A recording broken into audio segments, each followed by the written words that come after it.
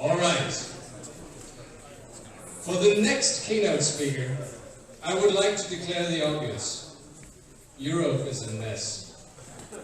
And I learned this the first way. The one time I've been in Canada, I came across an American who said, "You're going to love this place, it's very European." And as a European, you wonder, what does it exactly mean when something is European?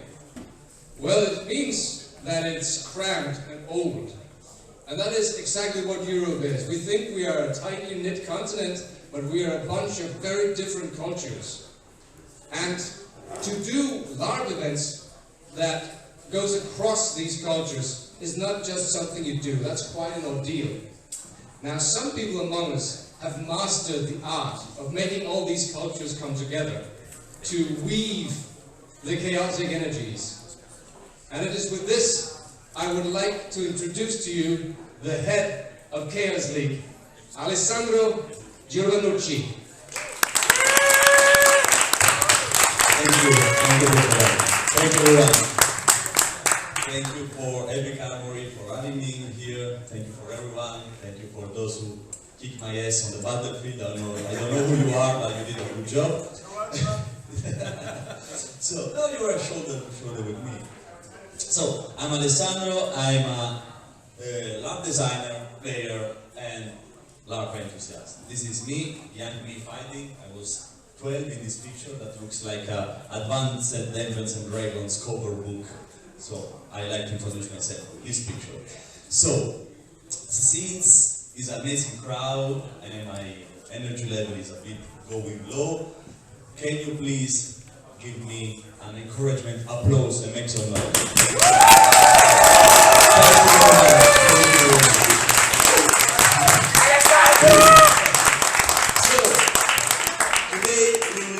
About so-called blockbuster LARP.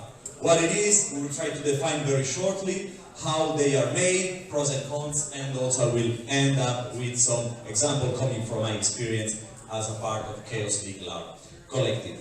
So let's make that interactive. It means that if sometimes will remain after my talk, I will be happy to answer your question from here at the stage.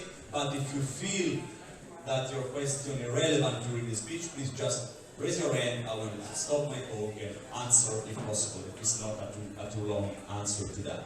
So, before to start, a bit of context. Everything in Chaos League started as a huge mistake. Let me explain very quickly. I came from a strong lefty family, so both my parents was very active in the Communist Party in Italy, so it means for me no toys. Only educational talks, okay?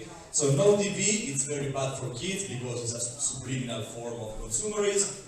And so the only thing that was allowed in my family was books. And so the rule was, you can have as many books as you ask, okay? So once we were in a bookstore and we say, "Oh mama, we want that. This is a German game, is the Das Schwarze Auge."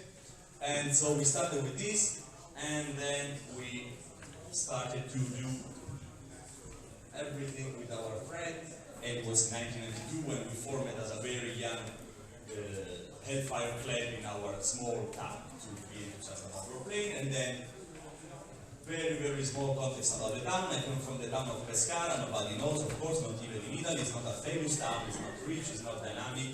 Thank you guys for knowing my town. And just doing it proud. And it also was a bit of a dead city in the 90s for a bunch of curious kids. So we had to choose between the local product, which was drugs at the time, and LARP. So we did the wrong choice because we choose something that is more addictive and more expensive, which is LARP, of course. So, by the way, LARP saved us from boredom, some danger. So why I'm telling you that in the first place? Because I will tell you about LARP, design and real adventure, but I'm also trying to never forget that we learned a lot. When we LARP, we learned a lot about ourselves, we change. LARP is fun, it's a lot of fun, but it's also transformative and life changer for some of us. So, go to the point. What is a blockbuster LARP? So, some kind of, is hard to define, is a term coming from cinema, and we are not always using this term anymore, but it's still around that can be useful for today conversation. So some elements that are all around having big production values, let's say. So, what does it mean? Location, usually they are fabulous, fantastic venue. It can be a castle, an historical boat, a battleship, the Tunisian Sahara Desert. I will talk about a lot that we are running there in a few moments. And also fabulous costume, and that sometimes are provided by organizers, sometimes are provided by players, sometimes a mix of both. Then, the fiction, they are usually easy to understand, sometimes it's related to mainstream IPs, sometimes not. And also the audience is aimed at an international audience, people coming from different countries. It happened in several LARP, of course, but with Blockbuster International LARP, it's really, you design that having in your mind that will be played by people coming from 20, 25 different countries all over the world. You have to keep that in your mind when you design this kind of game. And also, tickets, usually they are a bit expensive in some cases, 500 euros, more or less, a bit more, a bit less. And the format. Format is usually they are one shot, it's not a continuous campaign, and there are possible rerun of the same event. Usually they last a weekend, on Friday or something. This is very general definition. There are an entire spectrum of different possibilities, but let's fix some point for this talk. And also when it comes to rules, usually they try to be more rules light. Okay, they try to be very simple to understand. Some example, the game Monitor Celestra was one of the first blockbuster LARP, was held in Sweden on a retired destroyer, a former military ship in 2013.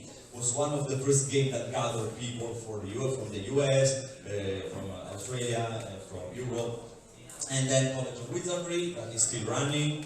And it started, I think, in 2014 in a Polish castle, and it was an Harry Potter inspired LARP that became quite popular at the time and is still running.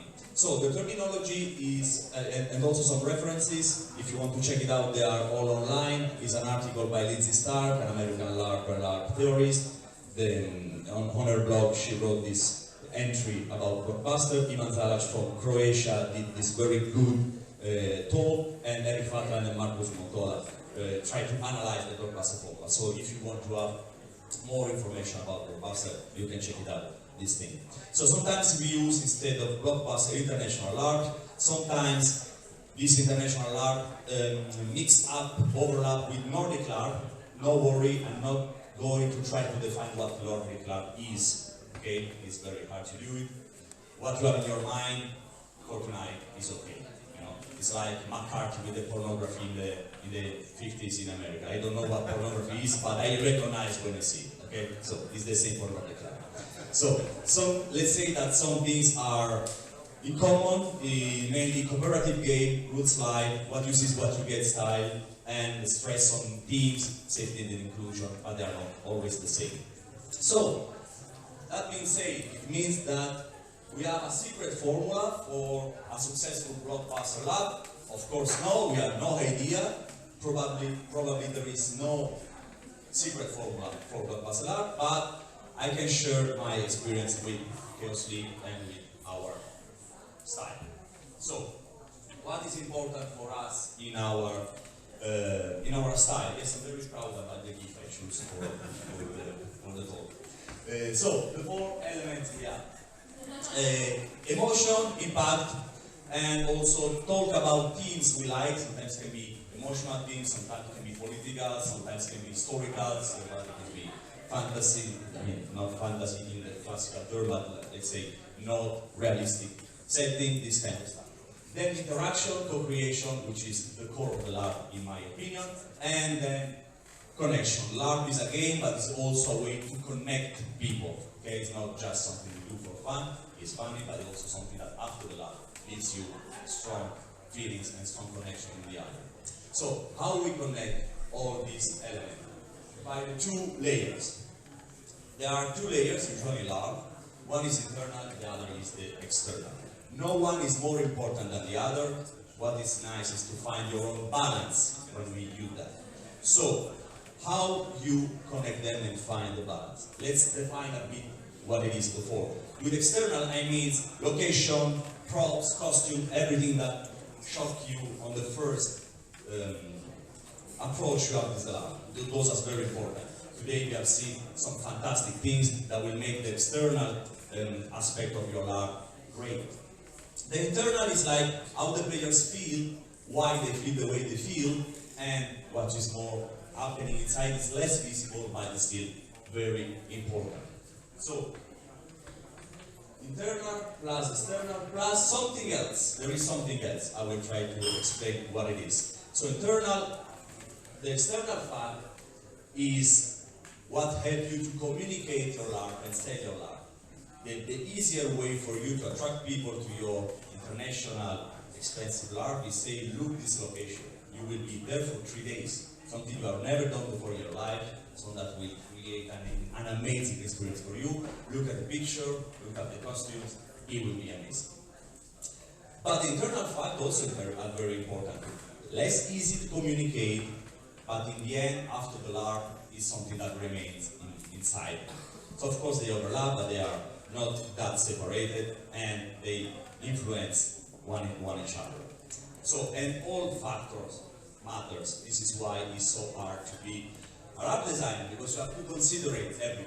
And when I say everything, I mean internal plus external plus the third character in our story is design.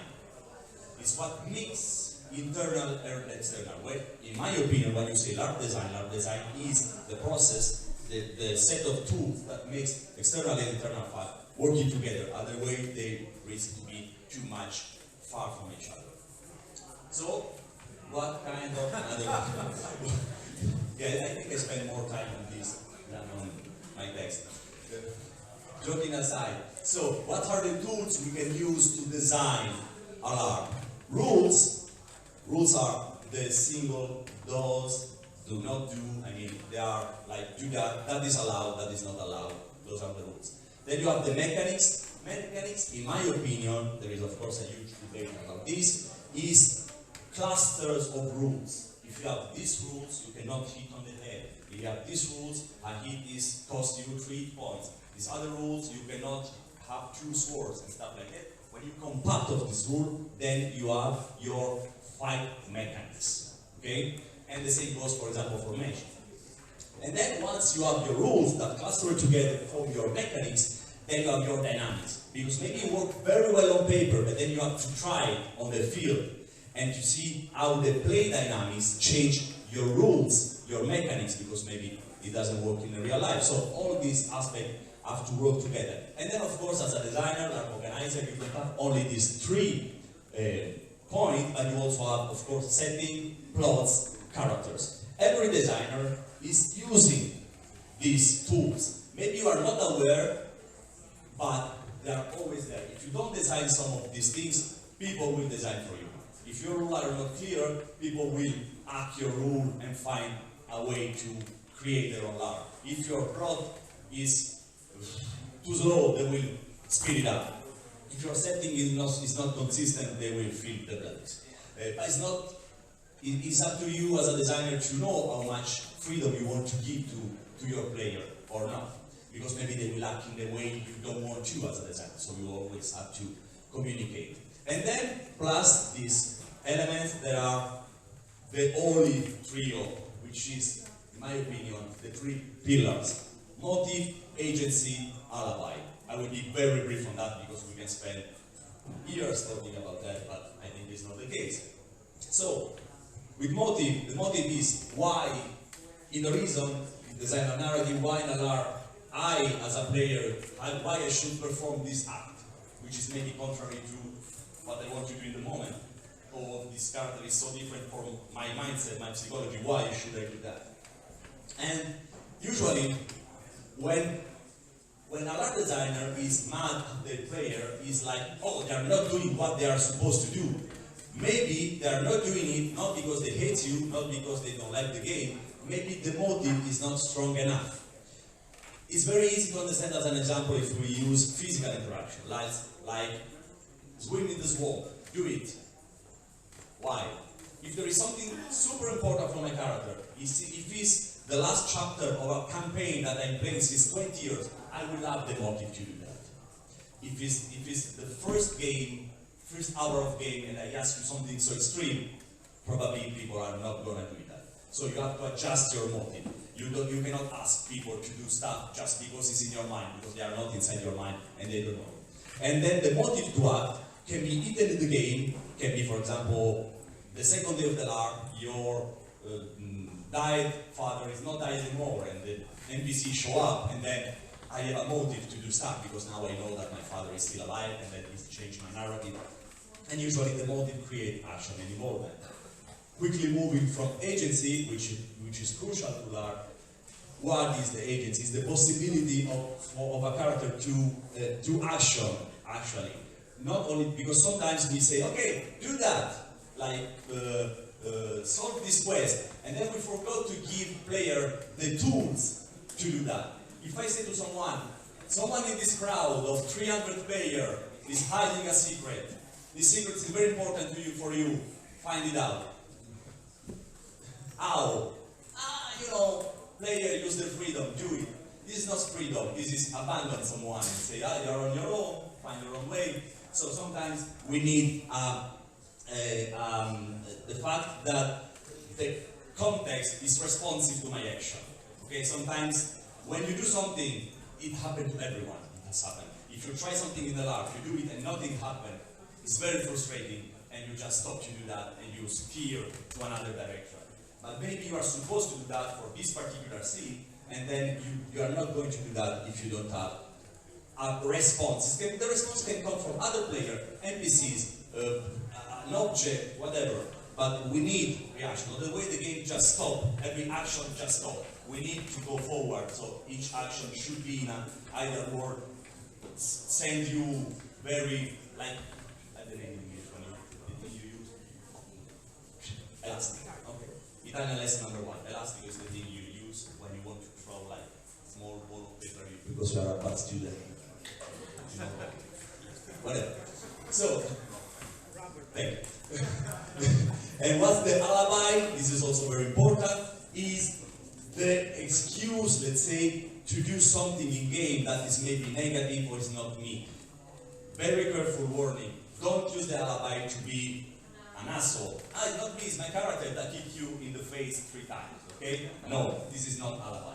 Alibi is me portraying a bad character in my continuous campaign for 2 years and protect me for people thinking that I am a bad person, okay? So, of course, it can be done out of game, because maybe out of game I'm a very nice guy and I offer beer to everyone, so they know I'm not a bad person. But also as organizer, we need to protect our villain a lot, in and out of game. And also is what makes clear the distance between the fiction and the reality, because sometimes they overlap too much in life. Okay, once you have all these things, the rule, the setting, the plots, the mechanics, the safety, the alibi, then your LARP is done on paper. Now you need to convince people to come and play your game. So, this is more about where alibi and agency came from. It can be tradition, organizer, game procedure. You can see. Not everything is on you, okay? Some dynamics are already in place. Let's go back to when your LARP is finished and what you have to do. Communication. Okay, now my LARP is perfect, it's nice, it's great. Now I have to communicate that to other people, because no one knows that in my computer, in my Google document, there is this amazing LARP. They have to come to the location to play, actually. And Blockbuster International LARP needs a lot of communication. Of course, this is true for every LARP, but there are something in Blockbuster LARP that are typical for this format. I'd like to explain you what it is, to share that with you. Why we need a certain amount of communication and what kind of communication we need. We need a lot of communication because the bar is very high. The tickets are expensive. People have to travel from all over the world, so it's not super easy. And also they are one-shot event usually. So it means that nobody knows nothing about this setting, about this character, about the story, and I have to explain everything from scratch. Even to the player that played with me like since 10 years. it's a new story, and you have to know if you like this setting, if you like this location. Every time you have to explain. So for this reason, your communication should be very clear and very complete. So now we can say, okay, fantastic. So I just put every information I got in my website. That way people have all the information they need, and it's done. It's fantastic. Everybody will come up. And then we have this theory I think about because I work a lot in communication with my LARP, and I discovered this rule. The Schrödinger player. It means if you say, the more you say, the more they get lost. So if you communicate too much, they say, it's too much stuff. I just didn't understand anything. If you say, okay, let's go less. Oh, there is not enough information. I don't want to go. And we are like, okay, let's find the balance again. Okay, so each time you have to avoid that. My take, my suggestion is using different formats. It's a lot of work, but it's working. It means videos, live streaming, presentation in person like this one, if you have the spoon, publish an event guide, and then pre-game setting and Discord live streaming, whatever. Use different ways, because some people are very bad at retaining written information and they need video. Some people are very bad in having information from video, they need audio, and people that maybe have impairment and they cannot listen for a long time, they need other stuff, and again and again and again. There is no secret formula. The secret formula is use your time to communicate and be very careful about your communication. Okay, now I will go to more practical example, and I will give you some examples from 2 LARPs I organized with Chaos League, and they are still running. The 2 LARPs are Sahara Expedition and Miskatonic University. The first one, both are set in the Cthulhu Mythos world. We do very different kind of LARP, very different format, but these 2 bigger we did, they are both in Cthulhu Mythos world. So they has been run several times, and I like to present that to you because the feedback were very positive, and people talk about the crazy adventure lifetime experience, so we were very, very glad with the result. So let's go into the details. The first one I would like to present is Sahara Expedition. So, those pictures are all taken game, okay? So they are player playing and our photographer just takes the picture during the game. So this is the actual expedition that travel. You can see the soldier in the first rows, and then you are the rest of the expedition. It's set in 1934, it's inspired by the Cthulhu cycle, and basically they are in the desert. It's an archaeological expedition that is searching for the mythical Tamil Zerzuka, which is a real fake city that people are searching since more than a century. So, player can play explorer, parapsychologist, legionnaire, politician, scientific, adventurer, people that want to go to this expedition, okay? So, and also is a story that allows us to talk about the research on the unknown, the price we are ready to pay for knowledge, and also the adventure and also the exploration. So, Sahara Desert is very special place. Some of you already visited probably, and you remember how the nights are there, how the day, how the sea of dunes. And we play it in camps we set up in the middle of nowhere with real Berber tents, pavilions, and they were also full of objects because it's an archaeological expedition. So sometimes you need to be, someone needs to study the exhibit, sometimes someone needs to take sketches, or someone needs to shoot video to be shown once they are back into the Western world. And also we have other stuff. The game experience is living the real expedition in the Sahara Desert. Sleep in the tent, there is no break in this game. There used to be break, but then we removed the break, so Cedric now is happy. Because he played it, they said, I don't like this 1 hour breaks, so we removed it.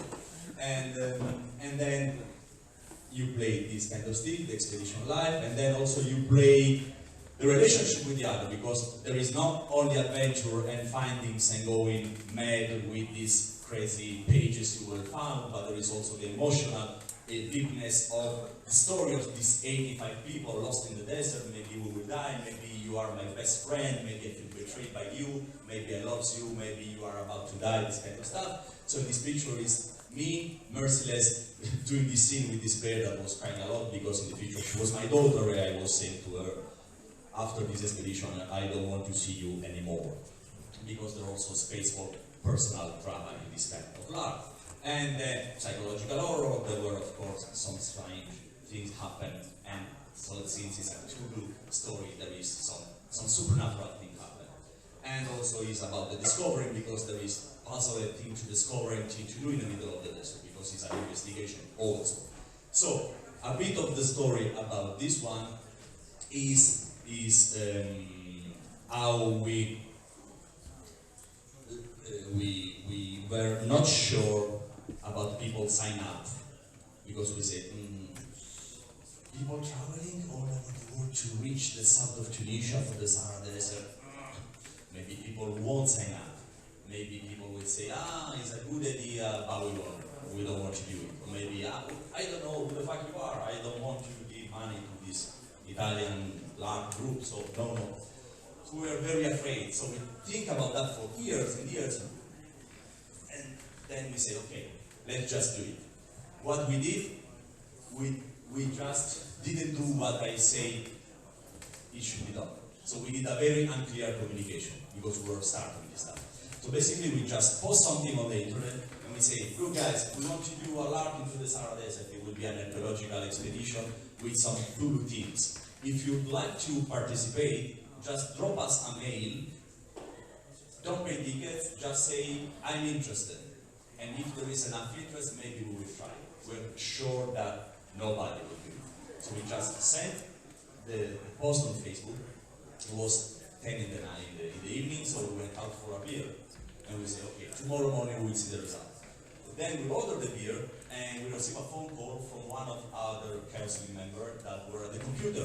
And say, guys, in this first hour where we are drinking beer, we received 1,000 emails. What? Yes, 1,000. 1,001 now 1,002. So please leave your beer and come back. So we leave the beer on the table, we bump it home, and we start to reply to email. As you can imagine, it took a while to answer to all these email. But basically we were also very happy. Then it came to the design challenge, because now we are interested, and now we have to do the larp actually. And design a larp in the middle of nowhere, with no structure, no object, but you have to bring everything basically. It's not easy, it's not that easy. So this was the first challenge. Someone said that it was a very big sandbox larp, which is a playing on word. I say yes, it's a big sandbox larp for several reasons. And then we also had logistic nightmare, and I can tell you because I was in charge of the logistic also for this larp, and I have to take 100 people from all over the world to the Sahara Desert and back. And then we have to provide tents, and to provide water, and to provide everything basically. So it was very, very hard also because we were helped by locals, guides and cooks and stuff. But it's very hard to communicate with them because some of them speak French, some of them speak Arabic, I don't. And so when we were on the location, we had to talk with the camel master because we have 20 camels for the larp. We need this camel because they are fantastic animals, and also we need that for practical reason. And so the guide took me to talk with this camel guy. So we're in the middle of nowhere, just me and this guy, and I have to tell him I need 20 camels this day, this place, for this price. So I start with French, they say. So I asked to the guy, can you translate in Arabic? He said, oh yes, he did it, and the guy said, he speaks a local dialect, which is a Berber one, so nobody can speak with this guy. Okay, so I use my Marcel technique, and my Italian gesture, and at the end of my very long, quiet speech, he said, he put a stick in the sand, and then he went away. And the guy from the team said, how it went? I was, very well, we got a stick.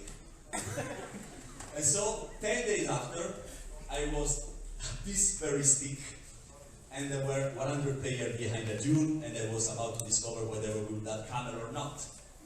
And the guy was standing to the stick, and there were camels behind him. Yes, it's done. But then he was very sad. What's going on? And he right to the same that instead of 20 camels, he had 25 camels. He's okay, I said. Yes, he's okay. And basically all this kind of very strange thing. And then we finished this LARP, and then these are a bit of numbers for this LARP. So we did 3 runs, then Corona strikes, so we stopped, and then we did more. So next year we will do 6 runs of this LARP. Will be 3 in a row in April and 3 in a row in October. So it will be a lot of time in Tunisia for us, but it's very nice. And then there will be more than 750 players, and so this is to give you more details about the practicalities of this LARP. Then, since there were a lot of interest in this story, we say, what about, oh, there are more pictures of the desert, why not? So, after this LARP, and all the camel, finally they were there, and after all the work in the dance, everything, people were very keen to play this story. But we say, for how the story is done, there is no very much interest in go forward. So what we did, we wrote a prequel. So the next LARP I'm going to present you is Miskatonic University, some river in the desert, of course. Some people say this is the coolest picture ever in my life. So, of course, photographers catch them, and then people traveling, talking, reflecting. This was the location for the LARP. And then we write Miskatonic University. Miskatonic University is the prequel, so it's set 10 years before, 1924, and is a life that lies on 3 pillars. The 3 pillars are campus life, because if you are familiar with Cthulhu mythos, you know that Miskatonic University is the fictional university where they studied Cthulhu stuff. They have this library with the forbidden books section, books that can give you a lot of knowledge but can fuck up your mind, and is a university where students and professors are very special because they are more keen to go to knowledge at every cost. And then you can be, as a player, a student or a professor, and you want to unravel the story, because a mysterious sarcophagus was found in the basement, and we will try to study to reveal the story.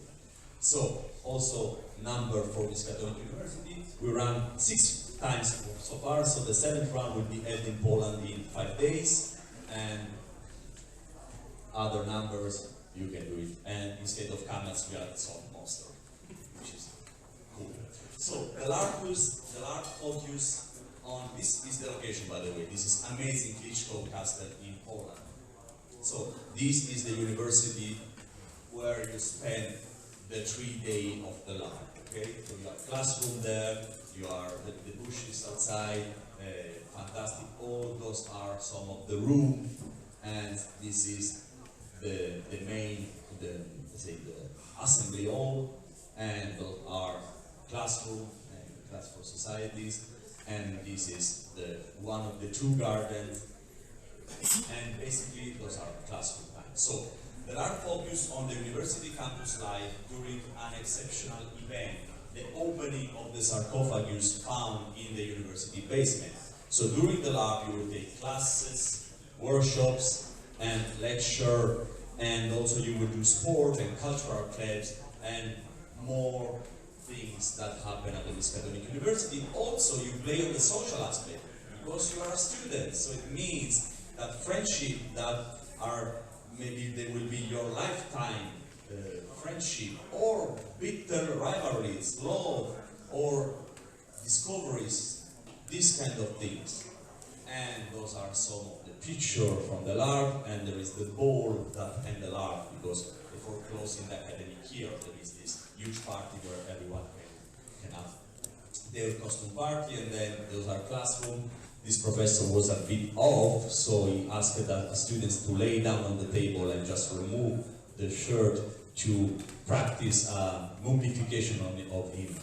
The player is still alive, but the scene was very cool. And then this is the rectors with all the professors and all the students in the assembly hall.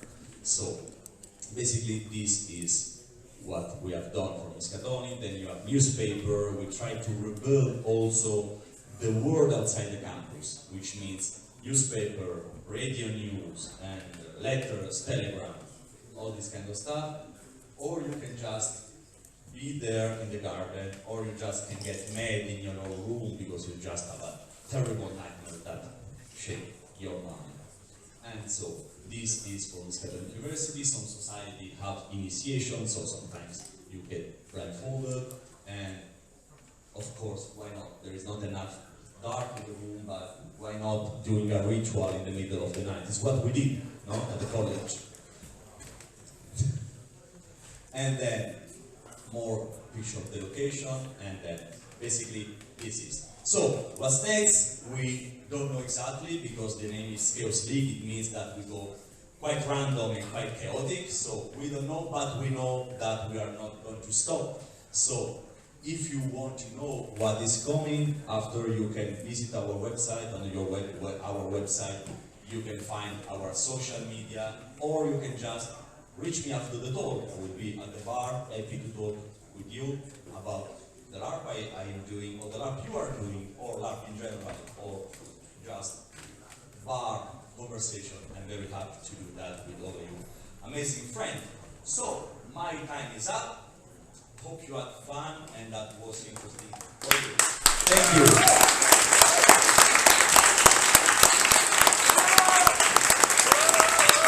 Thank you. Thank you so much for that. In fact, time is a little bit on our side, so if there are a few questions, we can do that. So, anyone? Yes, good sir.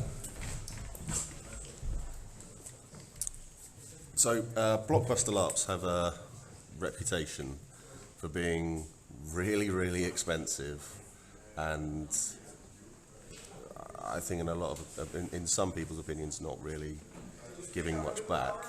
How do you justify? So it's a bit louder. Yeah, thank you. Sorry. So how do you justify marking them up? Because I think the Sahara was what, €700. Yeah, more or less. So I mean, I'm not having a go at your criticism or anything. I'm just curious. Yeah. So they are expensive because there is a lot of expense, of course. Yeah. And also it's not a campaign, so you cannot always reuse, for example, your stuff. So we cannot change that. Also because after the war, price rise up for everything, location owner and everything. What we do, and we are very proud, we want to do more.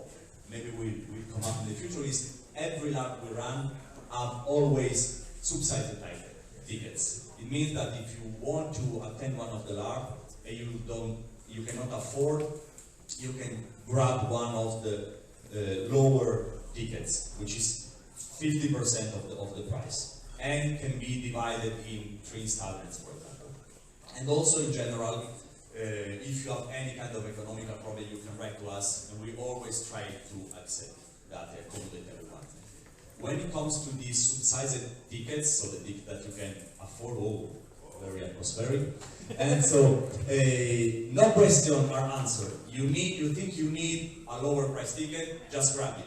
Okay, it's a way to not make people feel bad. Okay, you do it. And also we think we do other stuff for the community, because maybe the LARP is expensive, but we say, okay, we need to give back to the community stuff. So we came up with this project, which is running since 5 years now. It's still running. It's called LARP Club, a bit like Fight Club. It means, I don't know, guys, if you are familiar with chamber LARP. They are small LARP that last like 3 hours and accommodate like 6 to 10 players, and you don't need costume, and you don't need very fancy location. And it's like a story of a character. It's a LARP, but it's just a smaller LARP. So we have, for now, 12 towns in Italy where there is a LARP club, and they offer on a monthly basis a chamber lab for free. So it means that in general, in 1 year, we allow 1,000 people to play for free. Maybe there are more ways to give back to the community, and we are working hard, and we hope to come up with more, because we are doing stuff, but nobody is doing enough for the community. So this is our try. Thank you for your question. We have time for a last question. Don't be shy. All right then. Well, thank you so much.